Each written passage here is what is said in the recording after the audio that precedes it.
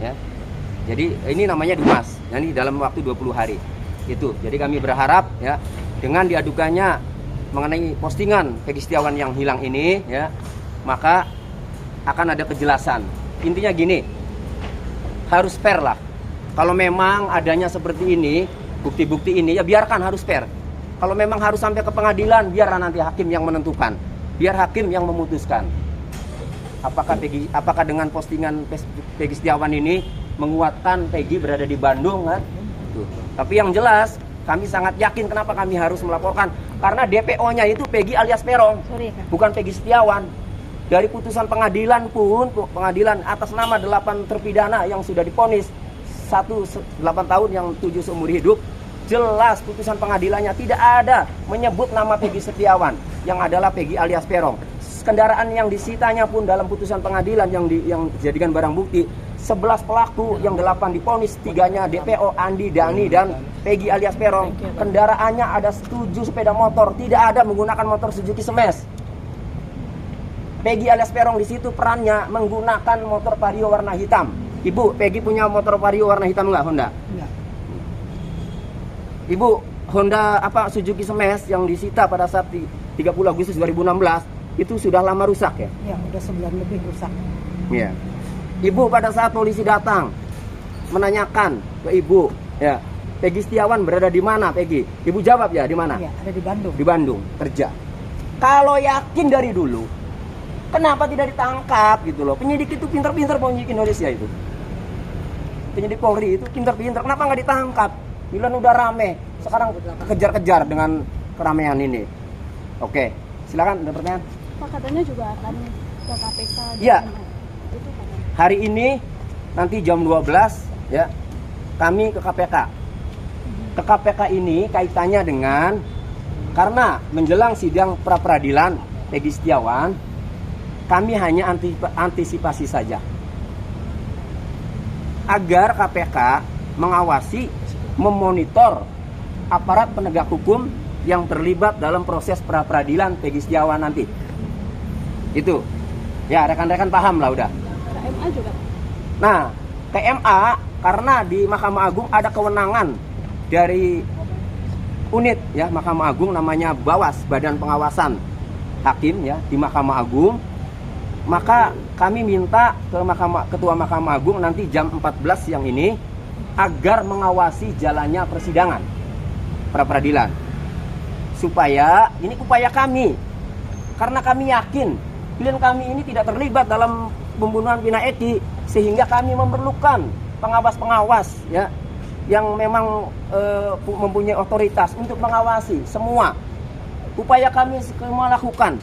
Kalau kami sudah melakukan upaya semua, kemudian masih tetap, ya sudah, berarti kami lihat nanti kami bela nanti di perkara, di pokok perkara, pemeriksaan atau sidang di pokok perkara Peggy nanti kan. Kalau ternyata di prapidnya itu kemudian sudah diawasi masih saja ditolak kan gitu. Nah, tapi kami yakin sebenarnya, makanya karena kami yakin kami memerlukan bantuan institusi yang mengawasi itu. Itu aja sebenarnya. Tidak ada kami mencurigai atau menemukan, enggak ada. Cuma kami antisipasi saja. Gitu. Dengan segala upaya perlawanan yang dilakukan ini kalau Bapak kinerja Polri itu seperti apa gitu? Bisa Iya, Pak. Bu Yan. Ya, silakan. Ya, kalau menurut tim kami memang ini tidak ada ketransparansian dari penyidik. Nah, makanya kan kinerja Polri itu kan sekarang sedang menurun kalau di mata masyarakat karena kasus viral ini. Makanya untuk itu kami berharap kalau memang buktinya lemah, ya tolong Peggy segera dibebaskan, karena memang kita sebagai tim kuasa hukum juga yakin bahwa Peggy Setiawan bukanlah orang yang dimaksud. Kalau memang itu adalah motifnya pembunuhan berencana, tentunya haruslah mereka saling kenal. Tapi Peggy Setiawan tidak mengenal Vina maupun Eki. Dari situlah alibi kita. Dan kemudian juga pada saat tanggal 27 Agustus 2016 Peggy Setiawan itu memang sedang berada di Bandung, dan itu pun dibuktikan dengan postingan-postingan dan juga saksi alibi yang memang sudah kita kemukakan kepada media. Ibu, menurut Ibu ini tampak buru-buru nggak sih polisi mengingat ini kan berkas Peggy segera dilimpahkan gitu ya, betul. sementara Memang terburu-buru padahal kita melihatnya itu bukti-bukti sangat lemah gitu dari pihak kepolisian. Kan tahu sendiri waktu di press release itu kan buktinya adalah cuma KTP, ijazah gitu, tidak ada bukti yang terkait pada pembunuhan seperti itu. Makanya tolong bebaskan Peggy Setiawan ini karena memang dia bukan Peggy alias Peron seperti apa yang tertera dalam DPO putusan Inkra, karena yang di dalam DPO putusan Inkra itu kan alamatnya saja sudah berbeda di Banjarwangunan, sementara Peggy Setiawan ini klien kami ini ada di Kepompongan dan umurnya pun ya jauh berbeda dengan DPO seperti itu, dengan ciri-ciri pun ya berbeda. Makanya tolong pihak kepolisian kalau memang bukti-bukti lemah ya akui saja dan bebaskan Peggy Setiawan klien kami tersebut. harapannya terhadap Kapolri gimana nih Bu? Karena kan pasti ada banyak Kapolri oknum yang harus terlibat. Kapolri harus segera menindak tegas kepada oknum-oknum memang yang terlibat atau adanya rekayasa di dalam kasus pembunuhan Vina dan Egi ini. Ibu mungkin tanggapannya terkait dengan 18 saksi yang memperankan Peggy. Dan beberapa saksi itu kan sudah ada yang mencabut BAP-nya karena memang adanya rekayasa dari awal. Dari 3 saksi fakta yang kita tahu yaitu Aep, Dede dan juga Liga Akbar, itu Aep dan Dede kita ragukan karena memang dia tidak hadir di persidangan, hanya dibacakan saja kesaksiannya.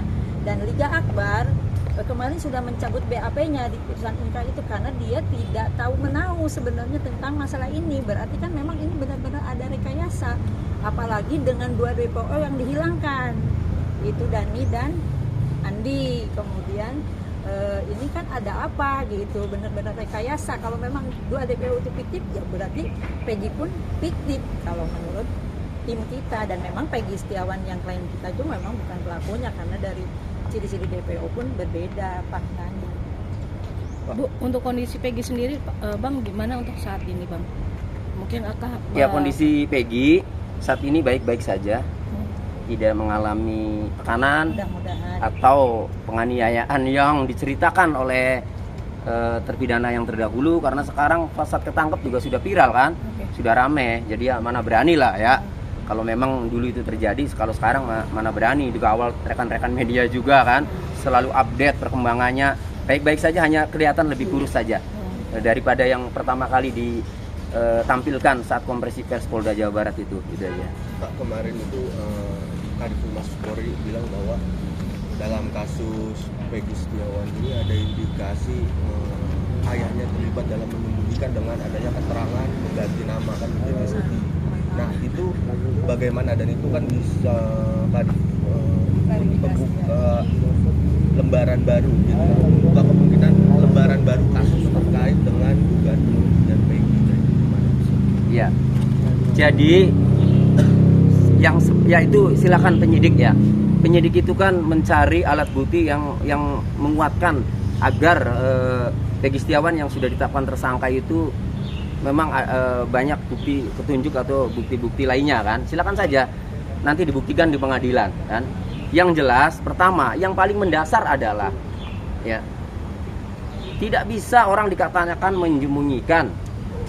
Kalau kami masih meyakini ini kan bukan DPO-nya gitu, Peggy alias Peron ini Peggy Setiawan orang yang berbeda kan begitu. Nah jadi mau yang dilakukan ayahnya itu ya kalau memang benar juga tidak bisa dikatakan menyembunyikan. Silakan pidananya apa, buktikan aja dulu Peggy Setiawannya pelaku atau bukan. Kalau Peggy Setiawannya bukan pelaku, mau apa? Masih nggak pakai otak. Terkait dengan Ya. pergantian nama, Nah pergantian nama itu memang nama gaulnya Robi. Robi Setiawan. Iya, dan nama adiknya itu Robi Setiawan. Memang nama gaul kalau menurut keterangan adiknya juga ya di sana. Tetapi tidak ada hubungannya, dan sejak sebelum 2016, sebelum kejadian itu juga memang nama gaulnya Robi kalau menurut informasi dari keluarga ya. Jadi tidak ada itu hubungannya, itu sangat gini. Dangkal ya kalau kemudian gara-gara ganti nama lalu dicurigai kan. Pokoknya dulu nih, ini yang paling penting, penyidik dalam putusan pengadilan ya yang sudah berkekuatan hukum tetap atas nama 8 terpidana tidak pernah menggali motif. Padahal yang namanya pembunuhan berencana itu digali motifnya. Tidak ada orang tiba-tiba datang nggak kenal kemudian membunuh, itu tidak ada. Apalagi pembunuhan berencana. Merencanakannya kan sejak kapan? Bagaimana merencanakannya? Apa motifnya? Apa sakit hatinya? Tidak ada di putusan pengadilan. Makanya Pak Arianto semalam dalam salah satu acara di iNews mengaku itu janggal. Dari penyidikan, penuntutan sampai putusan, janggal dengan bukti, dengan dakwaan seminim itu. Tapi karena udah diputus, ya kita hormati, kan begitu. Nah, kali ini, nanti dulu kalau mau asal-asal aja putus. Dibela sama tim hukum, dipantau sama media kan. 18 saksi yang tadi memberatkan, ya silakan saja, itu kan penyidik tadi mengumpulkan alat bukti yang menguatkan atas sangkaannya. Tapi di pengadilan jangan coba-coba. Saya akan cecar itu satu persatu. Dari mana memberatkannya? Pak, coba boleh konfirmasi lagi Pak yang kemarin yang sempat disampaikan. Itu polisi juga bilang bahwa pada saat mengaku kepada ibu kos, ayahnya Peggy bilang bahwa itu bukan anaknya, tapi keponakannya itu. Apakah ada klarifikasi? Ya, itu urusan internal keluarga ya. Jadi itu urusan internal keluarga, karena yang nggak apa-apa lah dibuka sedikit, karena bapaknya Peggy juga di sana kan ada perempuan lain ya. Jadi mungkin ya supaya untuk menutupi, ya memang udah sampaikan juga kan nama Polda kan, emang seperti itu kan. Ya memang faktanya itu memang ada istri lain kan.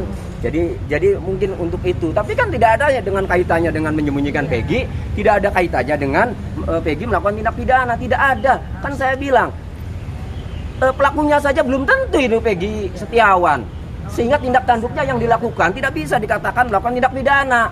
Masa nggak cerdas? Itu kan, buktikan dulu dong di pengadilan nanti kan. Istrinya yang dirugikan gitu, harusnya yang bergerak itu yang melaporkan itu lah istrinya, ibunya Peggy, karena memang yang dirugikan dengan Pak Rudi mengatakan bahwa dia masih single kepada istri keduanya, ya itu kan harusnya yang melaporkan Ibu Kartini, karena ini kan deliknya aduan. Kalau polisi kan nggak ada urusannya dengan itu, nggak ada urusannya dengan masalah keluarga. Yang dirugikan dalam masalah keluarga dan dengan menyembunyikan Pak Rudi status pernikahannya dengan Ibu Kartini, ya dirugikan kan Ibu Kartini. Jadi harusnya Ibu Kartini dong yang lapor. Tidak ada orang lain yang bisa melaporkan temuan-temuan itu kecuali istrinya. Betul. Pak Rudi. Istrinya Pak Rudi, orang sama-sama lagi berjuang bagaimana anaknya ini yang tidak melakukan kemudian ditangkap, ingin bisa bebas ya Bu. Mana ada lah inisiatif untuk melaporkannya Bu. Justru sama-sama berjuang bagaimana anaknya ini bisa bebas dari sangkaan. Itu ya. Jadi kembali, harusnya penyidik itu ya sejak awal itu menggali motif. Apa nih motivasinya? Kalau pembunuhan berencana itu pasti ada dendam. Apalagi melihat dari visum, dari autopsi, luka-lukanya ini kan banyak. Artinya kalau banyak itu kan sedemikian rupa ya, saya berdasarkan fakta visum et repertum ya. Nah, berarti orang itu dendam. Kalau dendam itu punya masalah. Kalau punya masalah itu berarti saling kenal. Kenapa nggak digali itu gitu loh, waktu putusan pengadilan yang lama? Kenapa langsung saja begitu ada informasi dari AF ya, kemudian diamankan 8 orang, nah, kemudian ujuk-ujuk langsung jadi tersangka dan diadili kan. Belakangan muncul Liga Akbar, kesaksiannya juga mengaku diarahkan oleh Pak Rudiana. Oleh karenanya tadi ya kami sepakat meminta kepada Bapak Kapolri ya agar ini terungkap jelas, masyarakat Indonesia juga menanti Pak Rudiana yang saat ini diperiksa Propam, Bapak Kapolri segera mengumumkan status hukum Rudiana. Apa hasil pemeriksaannya? Tidak mengurangi empati saya bahwa anaknya menjadi korban, tetapi proses hukum juga karena sudah muncul, Bapak Kapolri harus segera mengupdate, mengumumkan apa status hukum Pak Rudiana. Itu ya. Cukup. Bisa dijelaskan kedatangannya ke Mabes Polri sendiri mungkin untuk apa gitu? Ya, kedatangan kami tim penasihat hukum Peggy Setiawan, saya Tony dan ini Ibu Yanti, ketua tim, ini melaporkan ya. Ini mengadukan hilangnya postingan-postingan akun Facebook atas nama Peggy Setiawan. Ya, dilaporkan kepada Bapak Kepala Divisi Propam Polri. Alasan kami mengadukan ini karena setelah ditangkap Peggy Setiawan itu, akun Facebooknya itu masih ada.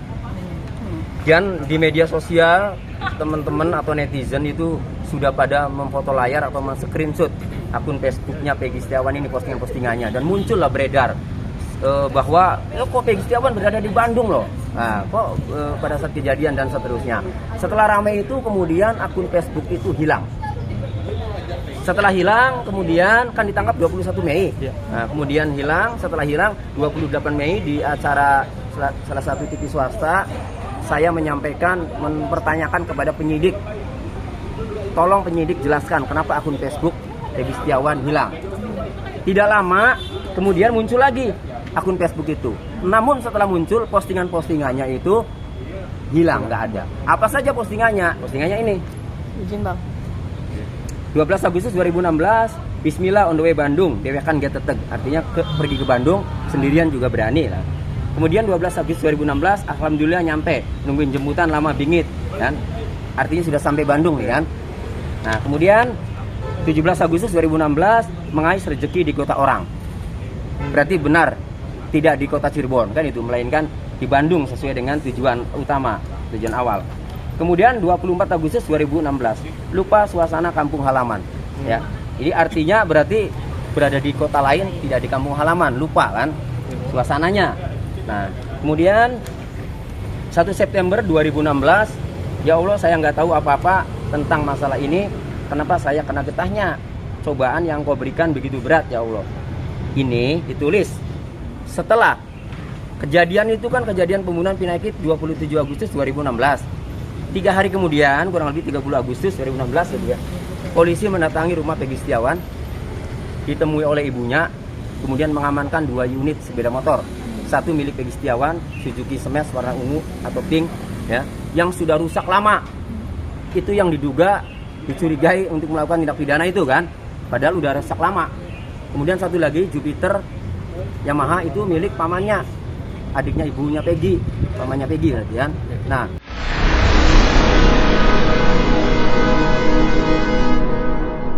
jadi jangan lupa untuk subscribe Cumi Cumi. Ditekan ya tombol lonceng merahnya.